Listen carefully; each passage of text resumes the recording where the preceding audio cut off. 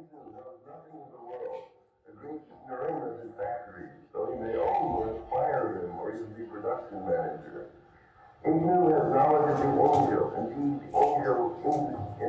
ignorant angel in comical form. W.C. Fields, Hoppe, Marx, Ibsen, Whitman, and Ignu. Rambo, a natural ignorance, always hands. The Ignu may be clear, though like not, kind Ignu blows archangels with a strange thrill. If the student is not better than the teacher, then the teacher is a failure. Poetry is words that are empowered that make your hair stand on it, that you recognize instantly as being some form of subjective truth that has an objective reality to it because somebody's realized it. Then you call poetry later. Let's go, you freak! Let's go, Quasimodo! My...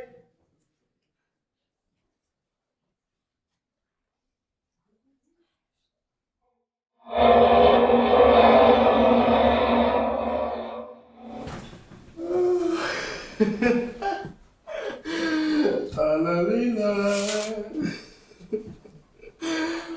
Wow, ce seară! Nu mai aduc aminte nimic. Ăsta-i bârlogul tău?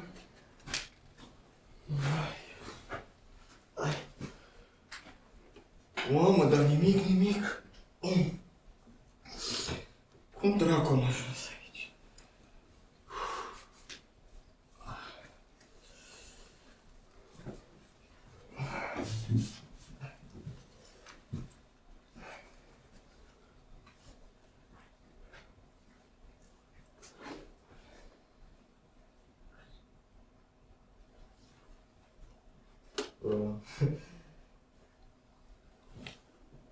Auzi, noi ne-am tras-o? De ce, omule, nu trebuie să te sperii așa? Doar întrebam să știu.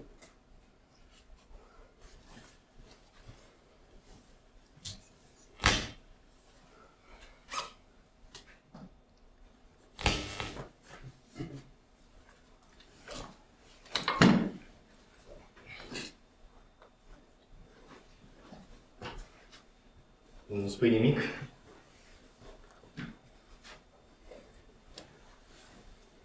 Chiar nu vrei să spui nimic? Vrei să rămânem cumva doi îngeri străini? Să știi că nu-i bine deloc. Noi oamenii ar trebui să discutăm, mai ales... Vezi că nu se fumează aici. Dar nu văd niciun semn. Nu, chiar nu se fumează aici. Ok, omule, chill. Îngeri? Îi spar bine. Poate preferi hipster cu aureolă. Boem cu mintea arsă, toare. Te rog. Să știi că poți să-mi spui cum vrei. Uite care-i treaba cu mine, eu trebuie să vorbesc mereu, înțelegi? Vorbe, citit cu voce tare, nu trebuie să mă bagi în seamă. Dar ritmul contează. Eu nu tac niciodată ca să nu uit cine sunt. Vorbele sunt un fel de ghidaj pentru mine. Eu nu tac niciodată ca să nu las mintea să umble liberă. Și cred că asta ți se întâmplă când te naști în casa unui poet, profesor de literatură, știi, genul ăla de old daddy.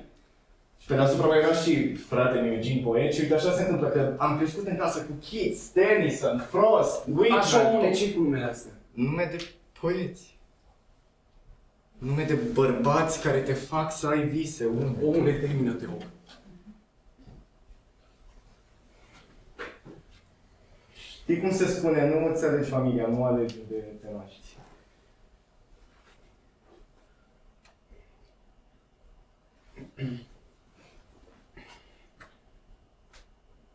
Asta e biblioteca ta? Da, e biblioteca mea. Aha. Check your egos at the door. Fiecare zi este un dar. Călugărul care și-a vândut Ferrariul. Înțelegeți umbra, arta subtilă a nepăsării. 7 reguli de viață cu Arnold Schwarzenegger.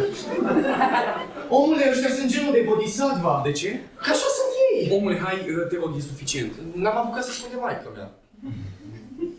Știi, cu maică mea era altă treabă. Ea n-avea nicio treabă cu cărțile, cu poezia, pace, praf de stele. Maică mea era comunistă. Dar comunist în adevăratul sens al cuvântului, cu carnet de partid, ștampilă, cotizație plătită nazi și nu era vreo anarhistă, nu punea bombe, nu fuma nici măcar iarbă, poate era mai interesantă, dar nu, era un om simplu, știi, ura capitaliștii și gaburi. Știi, când eram mic, mă încara și pe mine la meetingurile din Harlem, la protestele din Union Square împotriva legilor lui Jim Crow, dar mie mi se rupea. Și eu eram în zeama mea. Știi, eram încă de pe atunci un puști diferit față de restul băieților din Patterson. E rândul tău. Rândul meu să ce? Să-mi spui ceva, ai și tu o mămică, un tătic. Știi, cred că părinții sunt un mod bun de a începe o conversație. Omule, dar cine spune că vreau să fac o conversație cu tine? Da, așa e frumos, ar trebui să-ți primești musafirii bine, să-i așezi la masă, mai cât te învăț. Omule, nu știu cum ai ajuns aici. Cum ai aterizat în apartamentul meu, spune și mie. Da, ești atât de rece, nu ți-am făcut nimic. Omule, răspunde la întrebare, cum ai ajuns aici? Sunt un ignu. Ce ești, mă? Un ignu. Ce e asta? Ia un loc. Omule, nu mai trage de tine. Haide, ia un loc.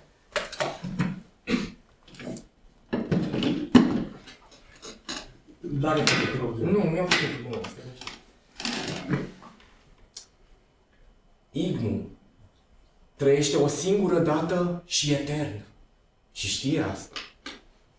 Ignu doarme în patul tuturor, toți stânjesc după Ignu. Ignu a cunoscut singurătatea de vreme, așa că Ignu este un primitiv al penisului și al minții. Penis? Penis. Am zis să termin. Mădular. Sculă. Cerează, te rog. Ciulică. Uite, omule, aș fi preferat să fiu un înger al drumurilor. Un pasionat de viteză genul lui Neil Casey, dar nu. Eu am ajuns să fiu o iapă de povară, doar mimez dansul cosmic. Tu ai carnet? Da, am carnet. Îți place să conduci? Da, îmi place să conduc. Mie îmi place să fiu plimbat cu mașina. Știi, Neil Casey o făcea mereu pentru mine, dar el era dement, o călca până la fundă, iar dea cauciucurile. Abia așteptam să mă întindă pe bancheta din spate.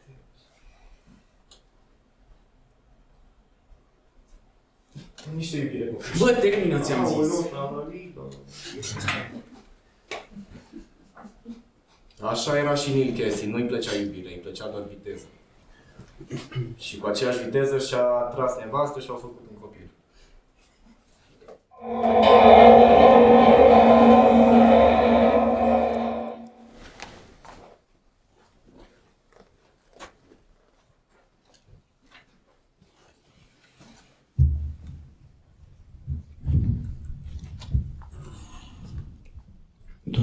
Doi 10.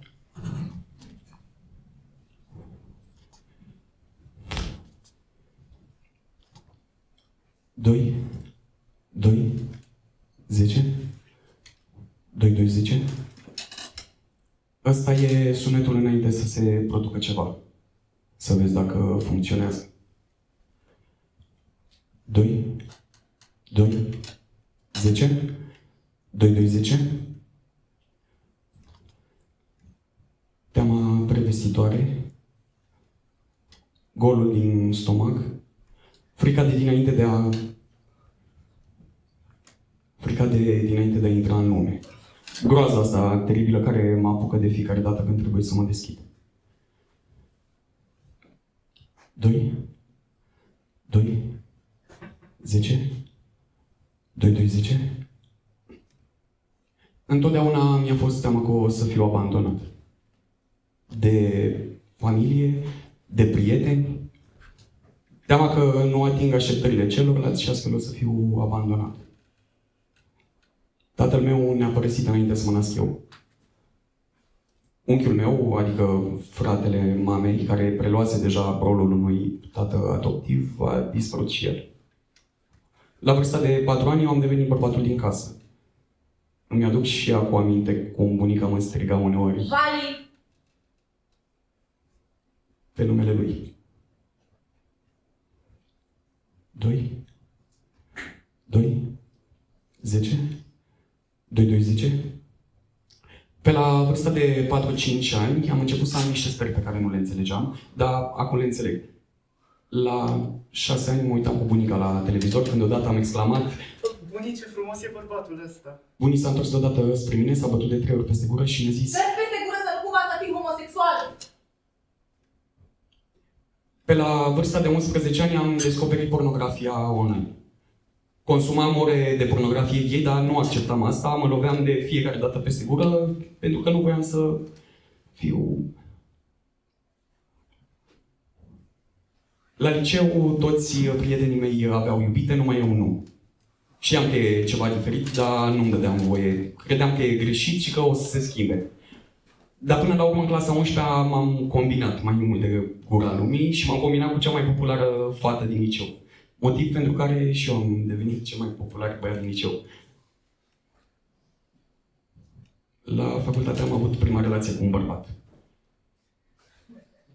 O relație care a avut la bază frica. Frica să nu se afle, să nu afle colegii, să nu afle profesori, dar în primul rând să nu afle părinții mei. Poate că din teama asta veche de abandon. Doar că la un moment dat toată lumea știa, aflase. Numai părinții mei nu. Și cum sunt un familist convins, mi-am zis, dacă ai mei ar ști despre homosexualitatea mea, atunci cu siguranță ar accepta asta, pentru că nu e așa, problemele se rezolvă în familie, nu invers, în afara ei. Și era și momentul potrivit, fiindcă aveam o relație cu un băiat de 1 an și jumătate, o relație stabilă, mă rog, o relație care începuse să scârție, dar ca orice relație după 1 an și jumătate, și mi-am zis că scârție și pentru că nu le-am spus-o alor mei. Și pentru că îl iubeam pe tipul respectiv și nu voiam să mă părăsească, m-am hotărât să îi arăt iubirea mea spunându-le alor mei. 2, 10, 2, 10. Felul în care am făcut asta a fost destul de stupid. Maica mea nu știa că fumez. Maica mea oricum și acum crede că printr-un sistem de interdicții mă poate proteja de pericole. Într-o zi eram cu sora mea la ea în cameră, vapam, trâncăneam și deodată maica mea intră în cameră fără să bată la ușă, fiindcă are prostul ăsta obicei să intre în cameră fără să bată la ușă. Sora mea încerca să mă schieze, a aruncat niște haine peste vape, doar că maica mea simți mirosul, a ridicat de haine până a găsit vape-ul și a început să urle la mine. Hai să-l chem pe Cactus să avem noi o discuție! 2. Hai, cheamă-l, că oricum vreau să avem ședință. A venit și taică-miu vitreg și bunica. Taică-miu s-a pus pe marginea patului, bunica s-a pus pe o canapea, iar maica mea era deja în pat, așa că am început să vorbesc cu ei. Vreau să vă spun un lucru foarte important despre mine. Sunt homosexual și sunt împreună cu un băiat de 1 an și jumătate. Da, mama, cineva m-a rupt de cap. Cum adică cineva te-a rupt de cap? Mama, am fluturi în stomac. Da, mama, cu un băiat. Maica mea a început să plângă, bunica mea mi-a zis... De ce nu mi-ai zis mai repede, dragă, că eu știam? Iar taică-miu s-a întors la maica mea spunându-i... Ei, eu ți-am zis, dar tu nu? 2, 10...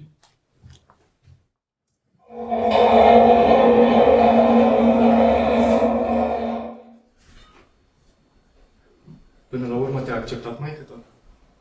A fost nevoită, da. Păi, asta e bine, omule, înseamnă că te-a înțeles. Nu m-a înțeles. Eu cu maica mea n-am mai discutat despre asta. Și eu cu maica mea nu prea vorbim.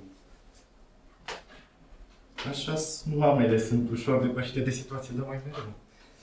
Da. Maica mea a rămas blocată în trecutul ăla al ei.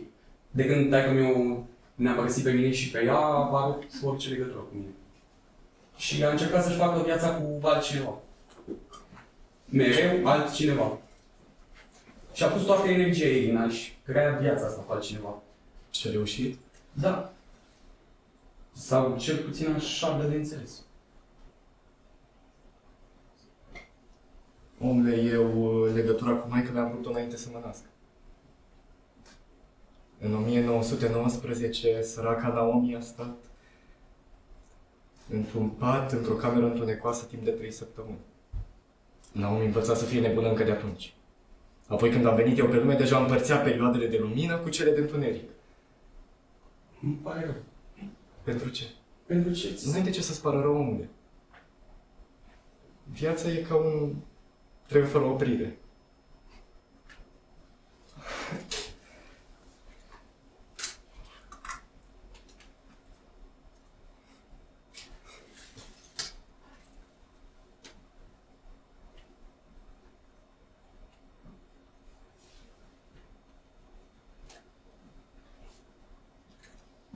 Pe la 10 ani, deja fugeam de agenți federali aflați pe urmele noastre. Am luat primul tren din Penn Station, New York, spre Florida, dar am coborât în Miami Union Station. Acolo ne-am cazat într-un hotel ieftin. Îmi ziceam, țineți mintea trează și nu o lua razna el, ceva nu e regulă până la urmă. Atunci maică mea era ori extrem de veselă și bine dispusă, ori se ascundea în camera ei de otrăvuri, gaz hilariant sau spioni. Odată a coborât goală în mijlocul hotelului și a început să urle: ajutor, vin fasciștii! Hearst, Mussolini, capitaliștii! Eu aveam 10 ani și trebuia să administrez toată situația. A doua zi coboară la micul dejun și spune: Ellen, sper ca toate astea să nu afecteze viziunea ta asupra mea. Dar era de neconsolat între noi, se căcase hăul dracului de mare.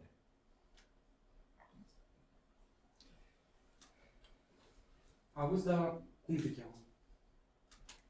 Nu ți-am spus? Nu. Ellen. Ellen și mai cum? Ellen Irving Ginsberg. Eu sunt Matei. Matei și mai cum? Matei Păciș. Matei.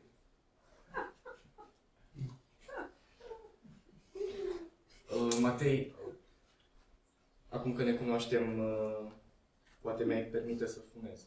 Nu se fumează aici. Da, pot să-ți dau vape-ul meu dacă vrei, asta se poate fuma, dar pe balcon. Vape? Ce Da. e la vape? Cum adică țigara electronică? Nu, ți-am zis pe balcon.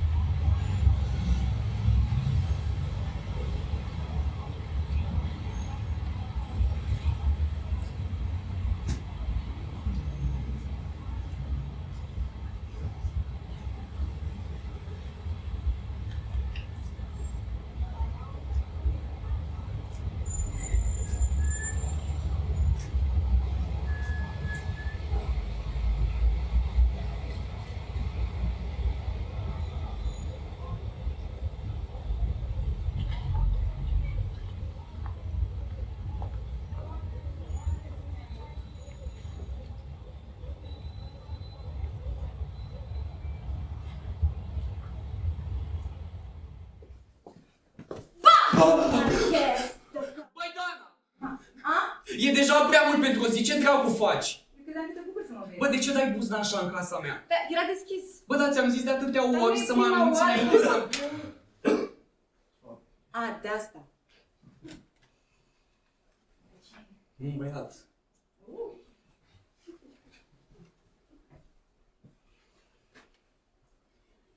Hot. Nu le faci cunoștință? Dana Ellen Ginsberg. Ce? Ellen Ginsberg, Dana. Colega mea. Cum adică Ellen Ginsberg, capul generației? Bine. Ellen Ginsberg, capul răutăților, încântat. Mă, Ellen Ginsberg, spaima mămicilor bisericoase și cu frică de Dumnezeu. da, Ellen Ginsberg, spaima lui Trump, aș zice. Tu cunoști pe ăsta? Da, nu, adică da, știu pe Ellen Ginsberg din cărți, dar mă stai, chiar nu pare să fie Ellen Ginsberg. Scala pe care știu eu e mort de mult. Cum e mort? Mort, da. Păi înseamnă că eu mă duc să dau Stai că afară. toate n-are de Hai, mă, să bage, plece și... Ellen! Uite care e treaba, trebuie să te tirezi pentru că nu ai cum să dai buzna în casele Nu oamenilor. mai bine mâncăm ceva, că am luat ceva de la Luca cu Brigitte, ai preferat ceva cu vișine? Vișine... Bă, tu ești chiar nesimțit. Iartă-mă. Auzi, dar cum ai ajuns aici? E atât de încurțită treaba în America? Ce? Mașinăria ei mă depășește. Am ajuns să-i dau totul Americii și să nu mai știu cine sunt. Am ajuns să nu mai suport propria minte. Iartă-mă, omule. Nu stau mult, mănânc ceva, beau un pahar de apă, îmi trag puțin sufletul. Dar să știi că nu aleg eu unde ajung. Sunt alte forțe care mă pun în mișcare, sunt forțe Ok, o să te cosmice. grăbești. Matei, taci. Continuă. O să plec, dar mai întâi am nevoie de ceva. De ce mai ai nevoie? De puțină iubire. De ce ai nevoie? De iubire. De la cine? De la tine. Bă, tu ești nebun? Bine, atunci nu iubire, măcar puțin afecțiune. Băi, omule, noi nu ne cunoaștem, înțelegi? Dar nu e atât de greu, omule, și nu pot încheia o relație cu o karmă nașpa. Pești. Da. Ce? Da. Ce? Dar, omule, nu e atât de greu. Matei. Treceți degetele pe părul meu, puneți Bă, mâinile Dana, pe... ia pe ăsta de aici. Dar că- calmează-te. Chill. Eu înțeleg că a fost o perioadă mai nasoală și că mintea ta a luat o rază, dar chill. Putem să vorbim despre asta. Despre ce? Despre minte. E și psihiatru acum. Nu, sau nu, ce? nu, nu, nu, nu, mă înțelegi greșit. Nu, nu. Clinicile de psihiatrie nu sunt un loc bun pentru mine. Dar am o tonă de povești despre spitale și clinici de psihiatrie.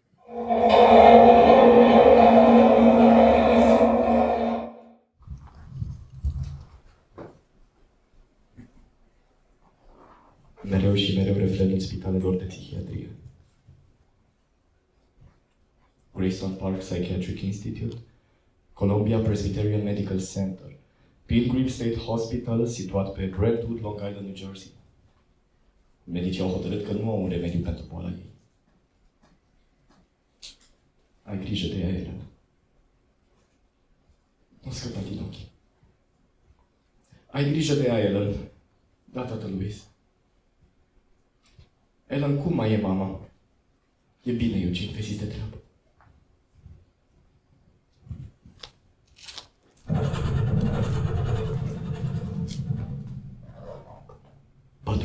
Penguin Hospital. Medicii au hotărât că au un remediu pentru boala ei. Naomi va trebui lobotomizată. O parte din creierul ei va fi extirpată, partea aia nașă. Ora 7:45 seara. Stația 381, Piața Romană, direcția spre Unirii. O femeie îmbrăcată într-o haină veche mâncată de mori. E mama mea. Mama mea goală și plină de rahat în mijlocul bucătăriei, strigând la bunica, un agent federal infiltrat în casa noastră. Dă-o afară, Ellen!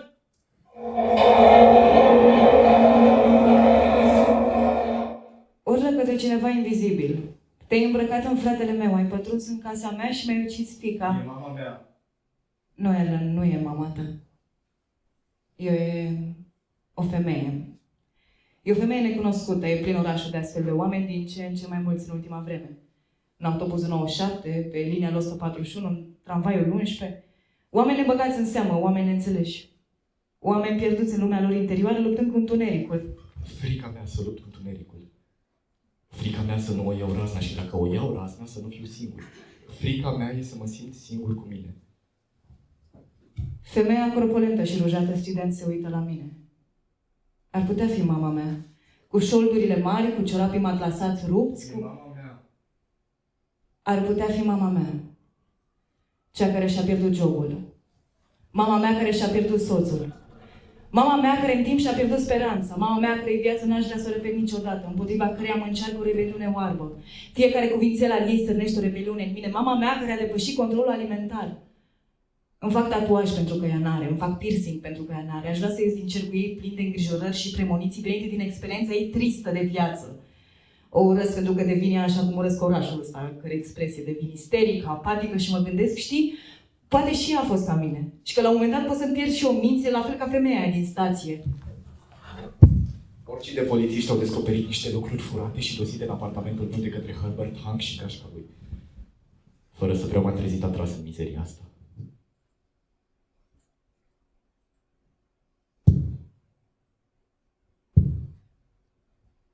Ora 7:47 seara. Tot stația 381, Piața Romană, direcția spre Unirii. M-am îndepărtat de femeia asta care împrașcă cu spaimă și salivă în jurul ei.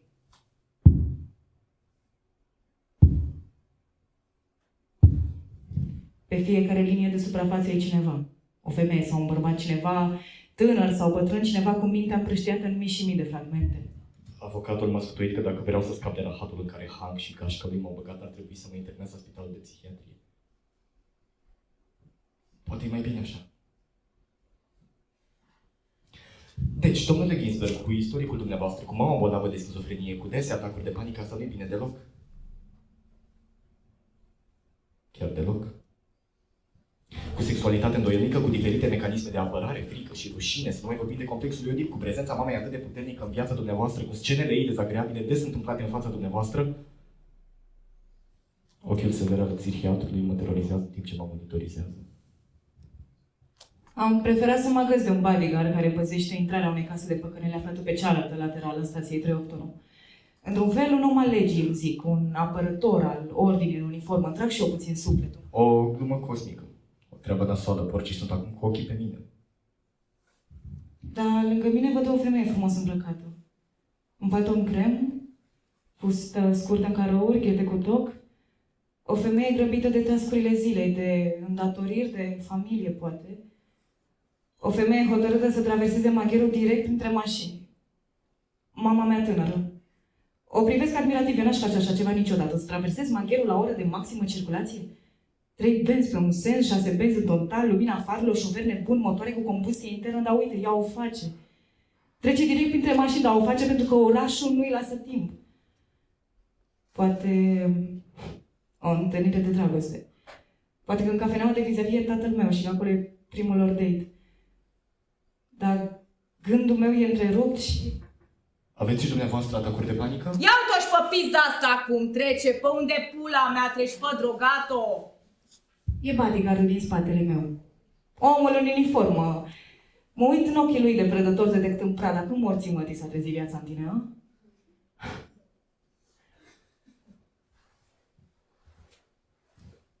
Îmi înghit furia. Simt o durere groaznică în piept. Am impresia că aerul din jurul meu e otrăvit, dar nu e asta. Ori am moștenit și eu boala mamei? Tu ce te uiți fă așa la mine, mă? Ai toate... Ar mai zice ceva, dar dă din mână ale Hamid. Toate sunteți la fel, niște... Dacă sunt internat aici pentru că sunt nebun, nu o să scap de închisoare. Sau dacă avocatul a fost omul sistemului care a vrut să mă bage aici, m-a manipulat până m-a adus în punctul ăsta. Ora 8. Piața Romană. Autobuzul 381 direcția spre Unirii. Mai bine merg o stație pe jos, deși mă cac pe mine de frig. Dar în timp ce mă deplasez, mă gândesc...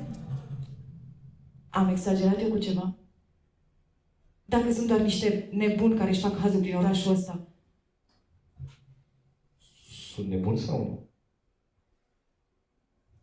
Da, numai pentru o clipă. Apoi simt cum în spatele meu se adună toți.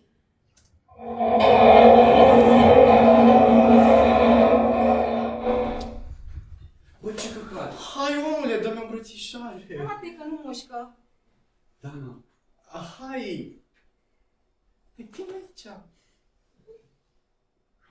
nu știu ce să zic. Hai că dacă ți-e rușine, nu mă uit. Hai, omule!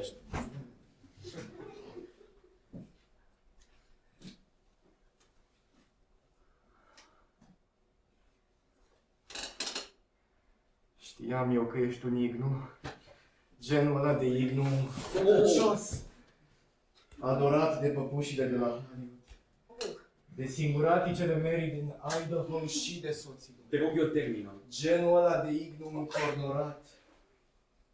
Sodomizat. Dana, Miau. terminați, bă. Da, tremurând și fericit. Bă, terminați, v-am zis să terminați, gata. Potoliți-vă odată.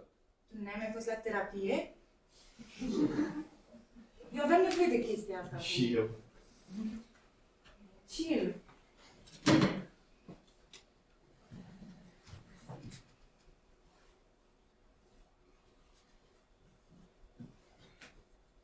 Apropo de dat afară. Ce e afară? Ia încearcă. Hai, te rog. Am văzut. E orașul nostru afară. Ce oraș? Ce an? E București 2025.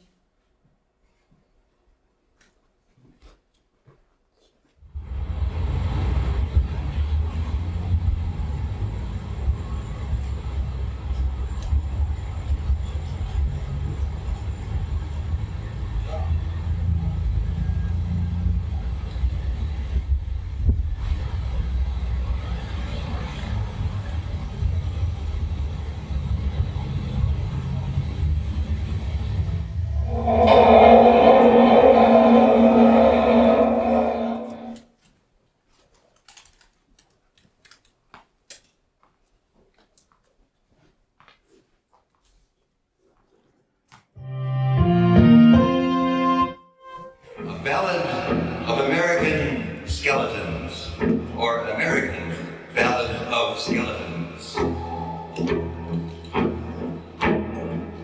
Said the presidential skeleton, I won't sign the bill. Said the speaker skeleton, yes you will. Said the representative skeleton, I object. Said the Supreme Court skeleton, what do you expect? Ați auzit Allen Ginsberg și Paul McCartney, A Ballad of the American Skeletons. O poezie pusă pe muzică despre o lume care promite multe și uită repede. Un poem cu ritmuri de revoltă, imagini vii și un refren de conștiință.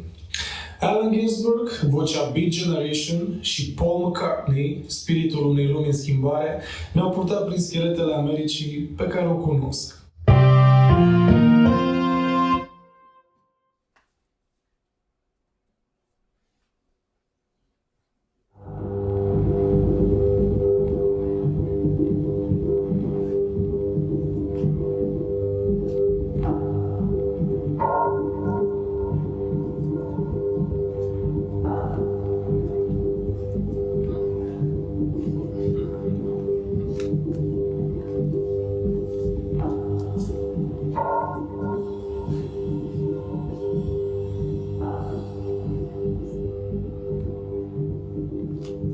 Învățăturile fraților Tate către fiilor spirituali. Cele 4 categorii obiective ale femeii. Rea, proastă, panoramă, nebună. Rea, proastă, panoramă, nebună. Rea, proastă, panoramă, nebună. Rea, proastă, panoramă, nebună. Rea își exprimă părerea, propriile opinii și vorbește cu ceilalți de la egal la egal. Proastă, în momentul ăla când te atașezi de cineva și te complaci de tot, de exemplu, dar dacă ești prea copilăroasă sau prea jucăușă, vezi proaste, când te bazezi pe cineva și vrei să preia controlul, ești proastă. Stai frumos aici, ești proastă și panoramă. Panoramă, când flirtează, când are treabă cu un băiat, când se sărută cu bărbatul într-o seară și apoi în altă seară cu alt bărbat. Dacă refuză un bărbat, e panoramă. Dar dacă nu refuză, tot panoramă. Nebună! În momentul la care începe să-ți pese de ceva, îți dorești să faci ceva cu viața ta. Ai o singură viață și tu trăiești la maxim. Nebune!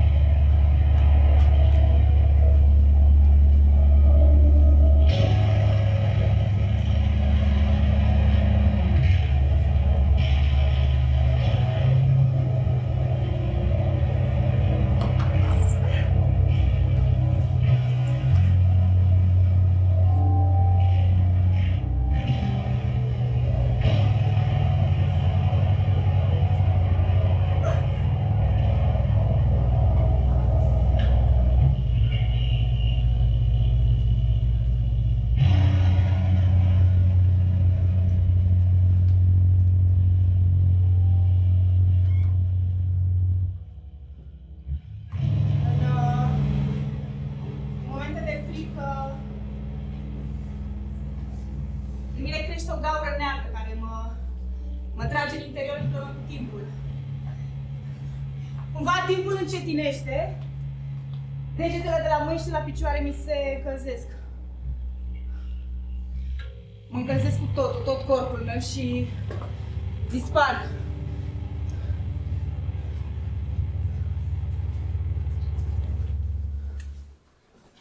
Pe holurile reci ale New York Psychiatric Institute mă întâlnesc cu Carl Solomon. Și el e aici pentru a fi normalizat. Tu cine ești? Eu sunt Mușchin. Eu sunt Kirilov. Omule, stai liniștit, ești perfect sănătos. Carl suferă îngrozitor. Omule, mă doare capul, îmi zbârnește creierul, îmi vine să vomit. Îi se administrează o doză zilnică de electroșocuri stimulatoare. Aseară am făcut pe mine ele. N-am mai putut să mă țin. Ce i-au făcut ei mințitoare luminate, Carl? Ele ăștia încearcă să distrugă poezia din tine. Ei nu sunt în stare să înțeleagă mințile noastre luminate. Ce putem să facem? Există cu totul și cu totul alte căi prin care poți să-ți preliberezi mintea, altele decât spitalele. Ar trebui să încerci să scapi de aici cu orice ocazie. Cum? Nu știu. Cert este că nu cred că ai vrea să știi ce ai făcut la omul.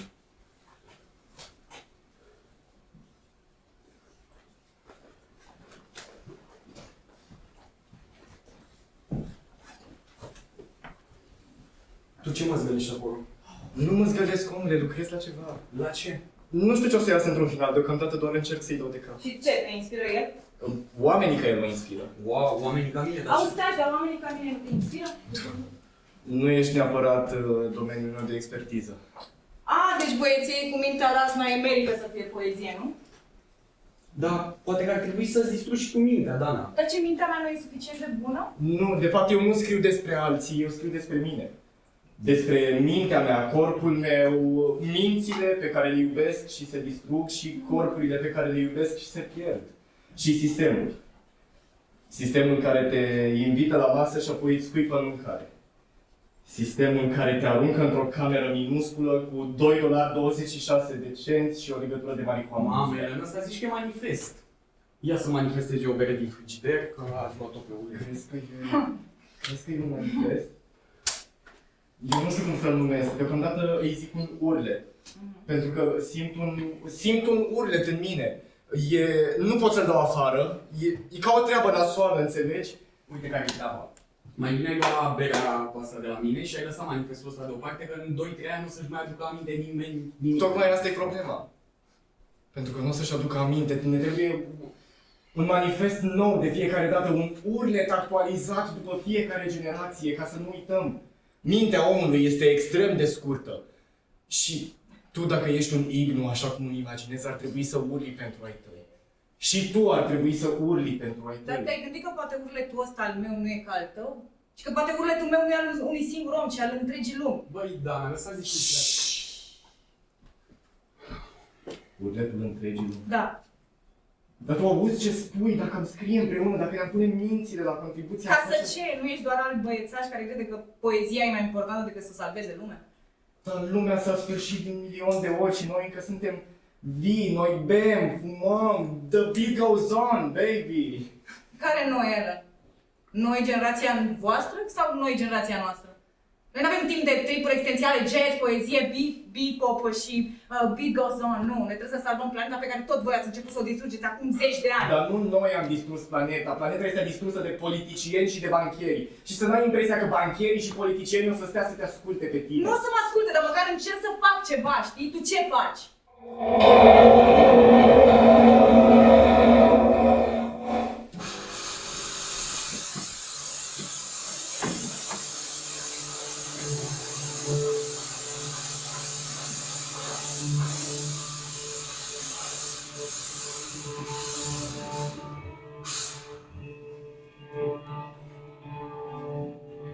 Prima dată când am ieșit în stradă aveam 13 ani.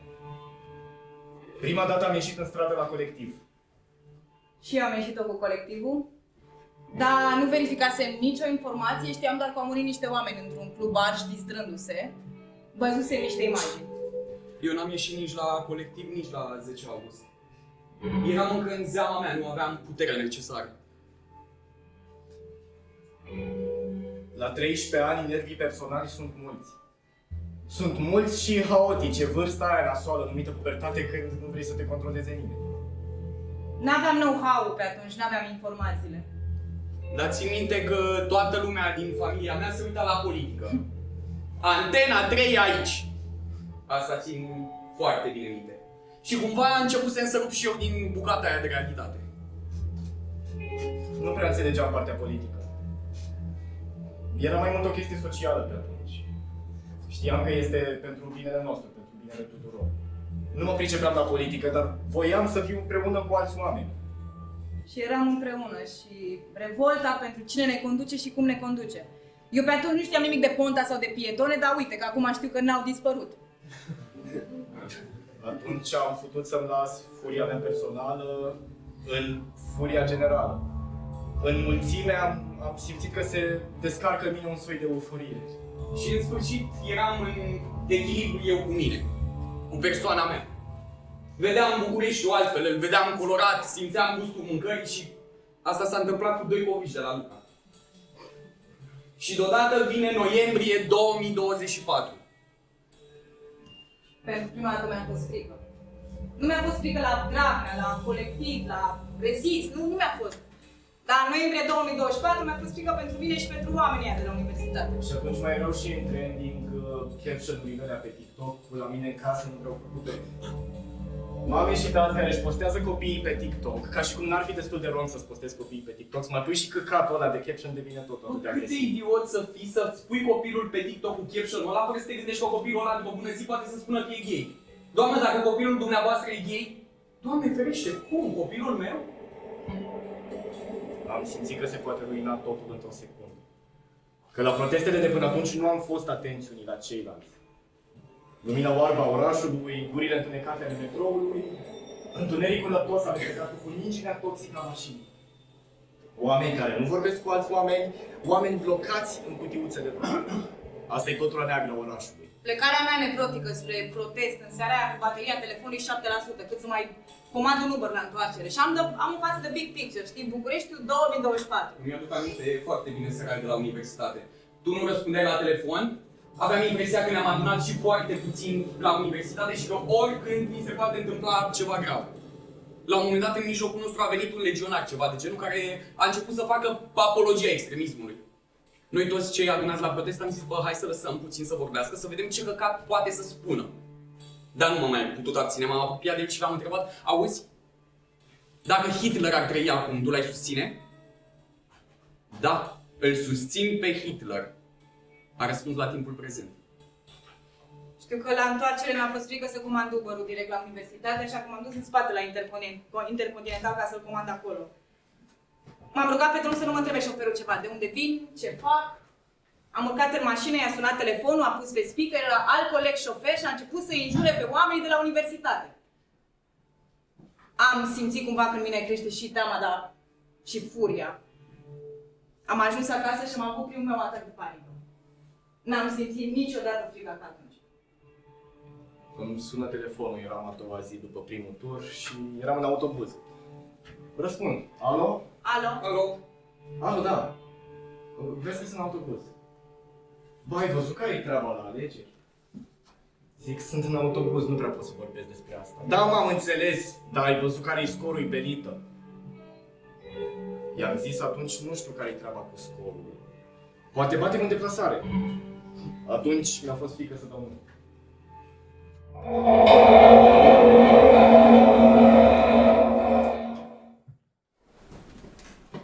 Atunci. Dar acum simt nevoia să iau puțină distanță. O perioadă. Ca o pauză de respirație, să nu mai susțin cauze și să nu mă mai implic. După tot ce s-a întâmplat în noiembrie, am avut nevoie de timp cu mine. Escapism. Așa l-am numit. Să-mi dau seama că urgența sunt eu în momentul ăla. Nu planeta, nu starea calotei glaciare. Nu, eu sunt urgența. Eu și refluxul meu gastroesofagian. Vreau să ascult multă muzică în căști. Muzica mea, să fac multă yoga și să simt altceva. O să merg la sală, la Downtown, acolo pe Mihai Bravo. O să merg pentru că am nevoie să simt. Vreau senzația că sunt vie și că fac ceva cu viața mea, că fac altceva.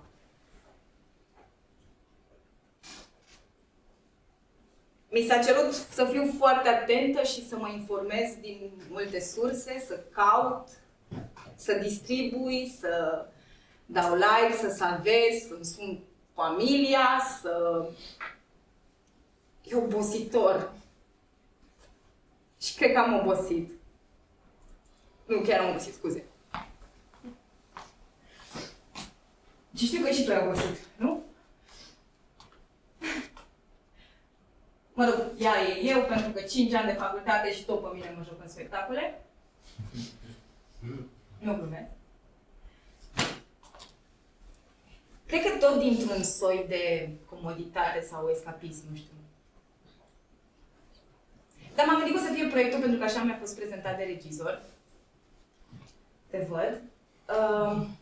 Că o să am un personaj. Că o să fac și o fișă de personaj. Că o să mă gândesc la cum simte personajul ăsta. Că nu o să mai caut eu în mine și la ce simt eu și cum văd eu lumea. Că o să-l caut pe acest personaj. Că o să am cum are colegul meu. Mă rog, știu, a luat Bopo, înțeleg, dăm lui, e și bărbat.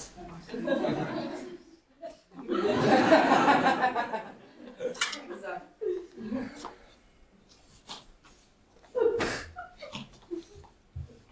Auzi? Asta da. Uite.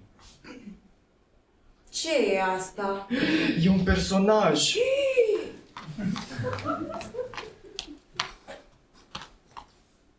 Wow. Simți, nu?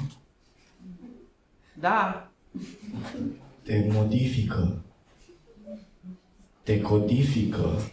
Da. Te modifică. Mhm. Te decodifică. Ai mai zis, da. Auzi? Am și obiect. Oh. Cu vapi știi să joci? Da? Bine, joc. Bine, te pup să vină. Ieși. Bine.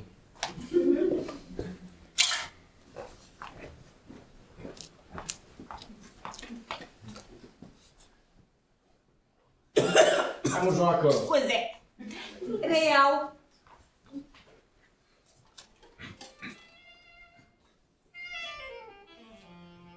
Cafeneaua Sanremo. 93 McDougall Street colț cu Bleecker Street. South Village. Sanremo e un loc bun de scăpare. E plin de evrece frumoase și rafinate. Elise Cohen, Joyce Glassman și altele cu care împărțeam whisky, heroină, bebop și poezie. Dar niciodată eu sau Jack nu împărțeam cu ele faima, nu. Doar pentru că nu urlau la fel de tare, credeam că nu și-o doresc. Uite, pentru asta, da, îmi pare rău, Elise, dar au fost și momente frumoase acolo, nu? Peste ruinele zilei construiam altare din fum de țigară. Buzele tale strâns lipite de ale mele, dar niciodată n-am putut să-ți mărturisesc îndoielile pe care le aveam. Elise era fragilă. Dar era și puternic, avea un trup cald și afecțiunea pe care... Și tare ne mai distram, nu? Boogie, boogie, boogie, bebop și toate improvizațiile la febrile. Mai ales la lui Charlie Parker, nu? Erai fericită, nu atunci în cafeneaua Sanremo?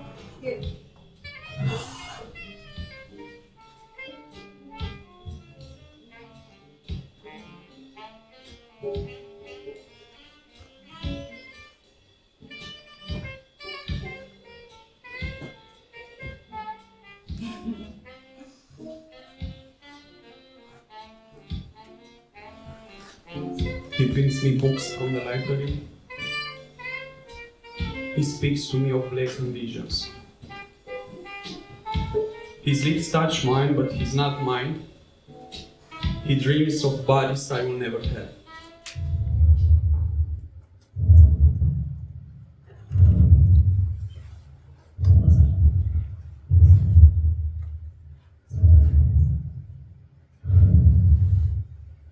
Deasupra patrulează cu câini polițiștii. Neon, trafic și agitația din Times Square și noi aici în subterane, nu e tare? Foarte tare. Nu-i mai suport, efectiv, sunt peste tot și oricum n-ai ce să faci, că e un timp de tot căcatul. Orașul e a lor, ei sunt stăpânii. I-auzi? Una mea iar se ceartă pe planșeul de la Unire. Nu, aia sunt cei care taie copaci în parcul Iorera, alea sunt drujbele. Dar cu ce ducă se aude? Ei, se aude hora Unirii. Mamă, nu mai poate opri absolut nimic, efectiv. Băi, n-ai ce să le faci. Ei sunt sisteme. Am ceva ce să ne pună pe o vibrație mult mai înaltă.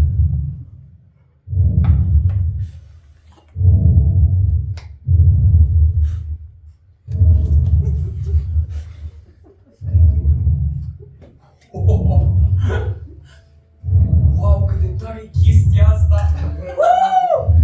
Mamă, se pișă pe tot boxul pe care l-am luat eu până acum. Ce iei tu de coc, săracule? Dar ce asta e, Ellen? Astea sunt peiote. Peiote, muguri de cactus. Mă ajută să văd partea solidă și misterioasă a lumii. Să văd lucruri pe care... Lucruri pe care altfel nu le-aș vedea decât într-o după-amiază liniștită de duminică, înțelegi? Urăsc ideea lumii săptămânale cu reguli, complexități, violențe, ca și cum aș vedea lumea printr-o fereastră de sticlă, înțelegi? Ellen, ce e asta? Exact așa simt eu, nebunule. Ce e asta, Ellen? Peiote! Dar eu nu pot să trec dincolo de fereastră.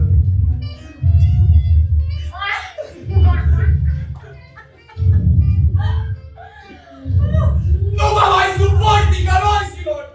Nu mă mai suport! Mă piși pe voi și pe corpul vostru vechi de 3000 de ani, că nu mă mai suport! Nu mă mai suport, excremit! Eu cagată!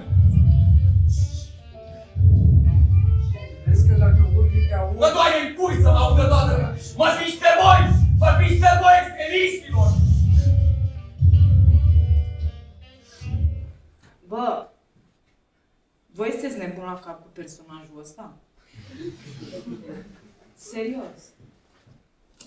Ia-mă și joacă. Zopi? Ia. Mulțumesc.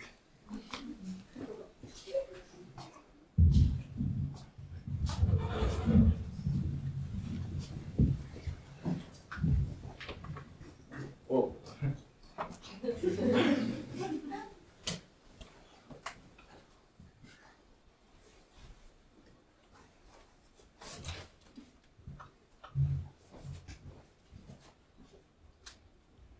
I saw the best man.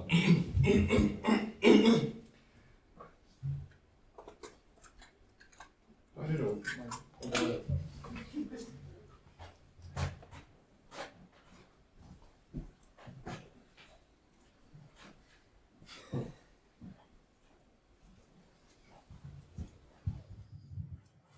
I saw the best minds of my generation destroyed by madness, starving, naked, dragging themselves through the Negro streets at dawn, looking for an angry fix.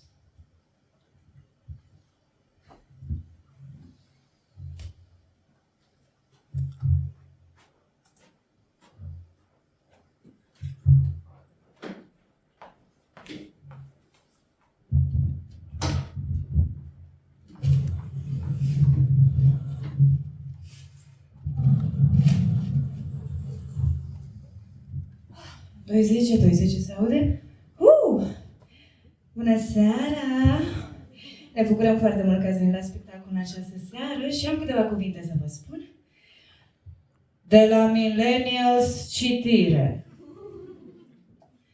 Nu se mai iese la dans. Se iese la ieșit. Relația cu corpurile noastre s-a dus dracu. Ieșim în club,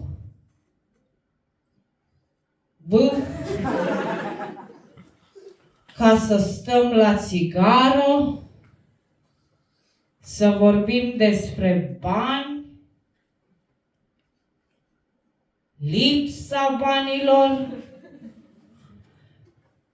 doamnelor și, măcar pentru seara asta, să ne bucurăm puțin, să dansăm și să dăm muzica mai tare.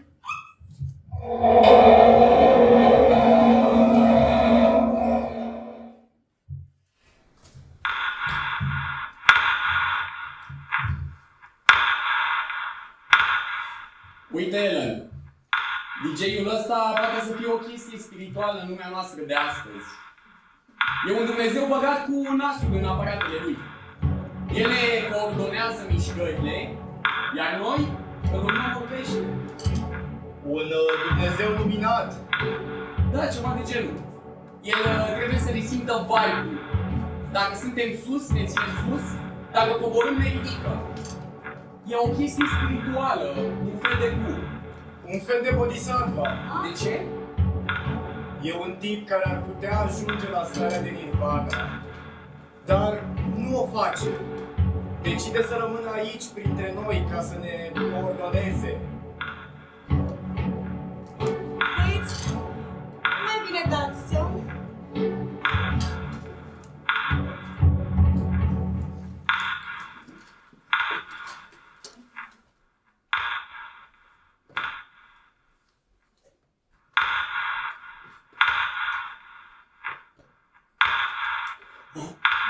Mamă, ce m-am spart!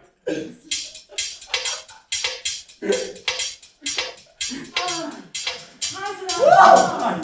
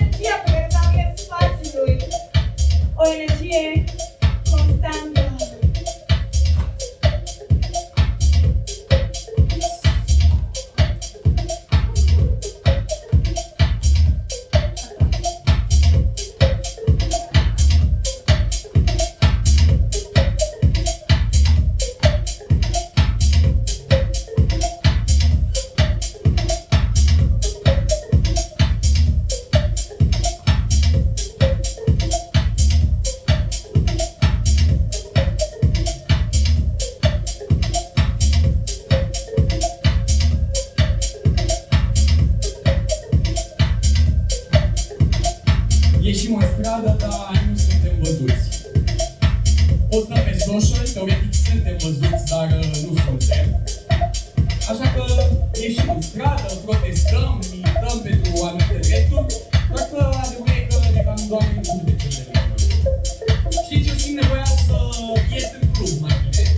Din acolo mă sparg cât pot eu de tare, pentru că cu siguranță e cineva care se sparge la fel ca mine și ajunge la nivelul meu de gând. Întotdeauna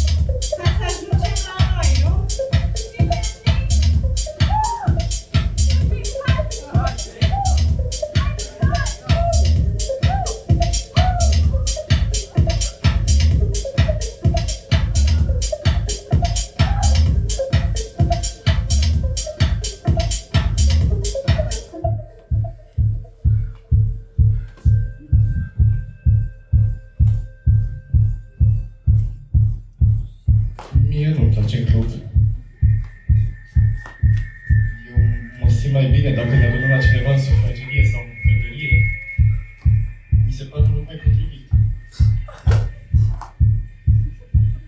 Mă simt mai confortabil. La un moment dat oricum vine cineva cu boxe și se pune muzică, deci nu e despre muzică.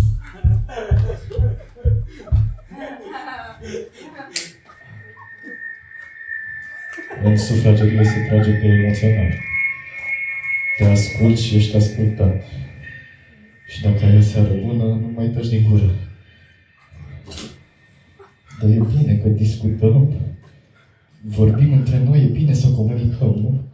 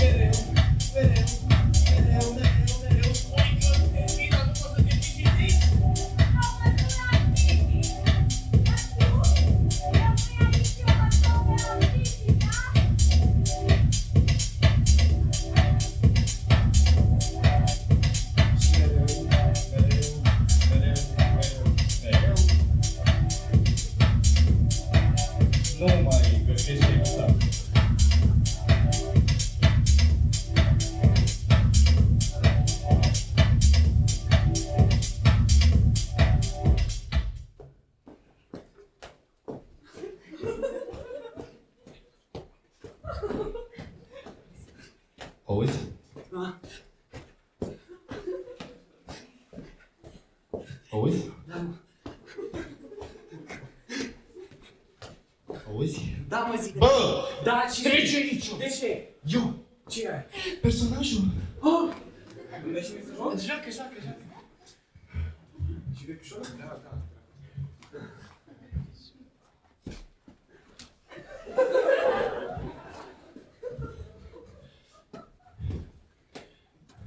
I saw the best minds of my... Aia e replica mea. Și-a trecut ea, da? Și eu ce am aici? Aici. Hai. 3, 2, 1 și...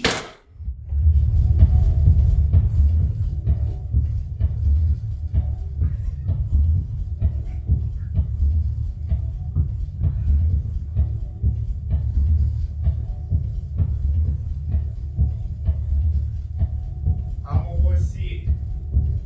Cred că trebuie să pleci. Încă nu, petrecerea e în 2. Mai avem alcool, mai avem țigări. Am obosit. Te rog, mai lasă-mă puțin să stau. Numai puțin. Am obosit. Trebuie să înțelegi. Eu mâine am treabă, eu am o viață reală. Te rog, stăpâne. O să îngenunchez la picioarele tale. Te rog, mai lasă-mă numai puțin să stau. Obosit. Pot să privesc la pântecul tău cu tine de păr aurii. Te rog, mai lasă-mă numai puțin să stau. Pot să îți săruți gleznele și apoi sufletul. Și pot să îmi scot și o haină sub tronul tău.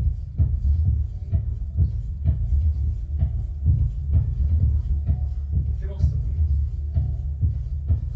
Mai lasă-mă numai puțin să stau. O să-mi ating buzele, toxa ta puternică, musculoasă și lipsită de păr.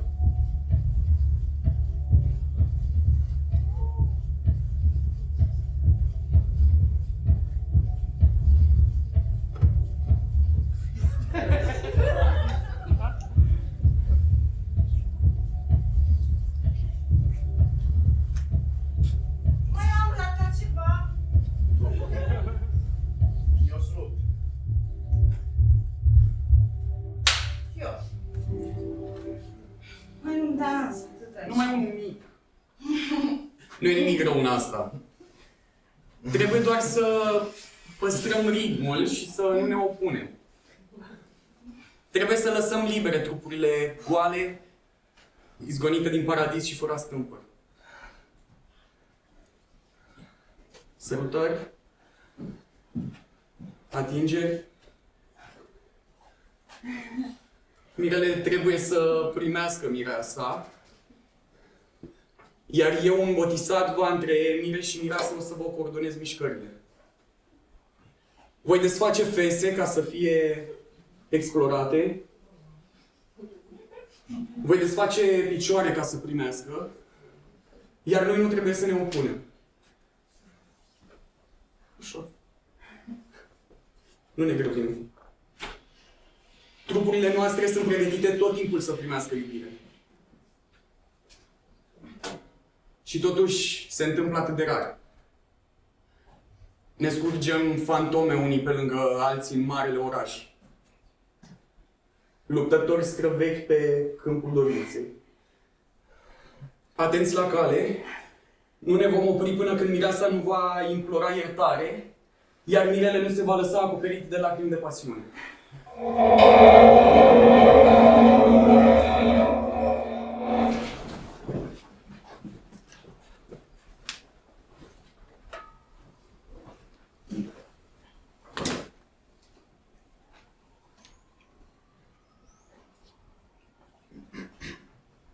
Dimineața zilei de 17 octombrie 1955.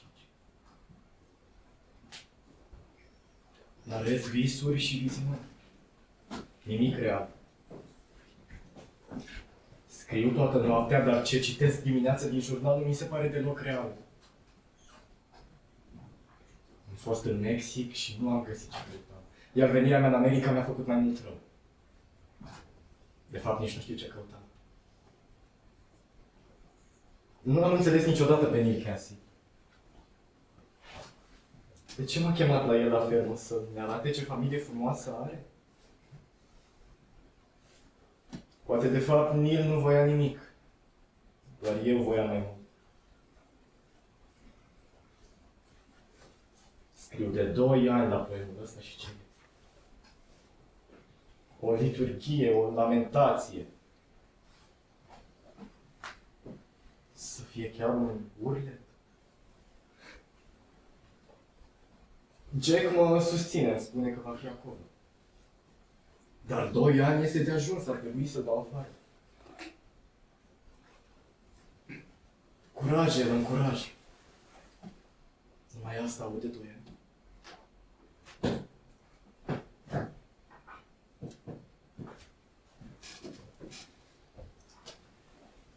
17 octombrie 1955. Sixth Gallery. Seara de lectură sau la plină? Doamne, și sunt toți aici. Și Neil e aici, și Jack e aici. Sunt aici să mă susțină, așa cum mi-am promis. S-au așezat toți pe scaun. Stau toți pe bisericuțe și un fum să-l tai cu cuțitul. S-au adunat aici toate mințile luminate la rumegarea amurgului.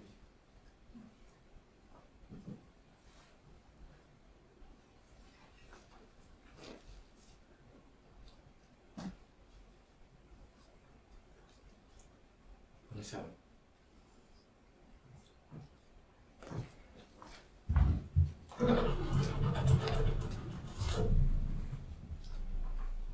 Numele meu este Allen Ginsberg și aș vrea să vă recit o poezie despre o generație distrusă de nebunie. Acest poem este atât experiența mea personală, experiența prietenilor mei, cât și experiența generală.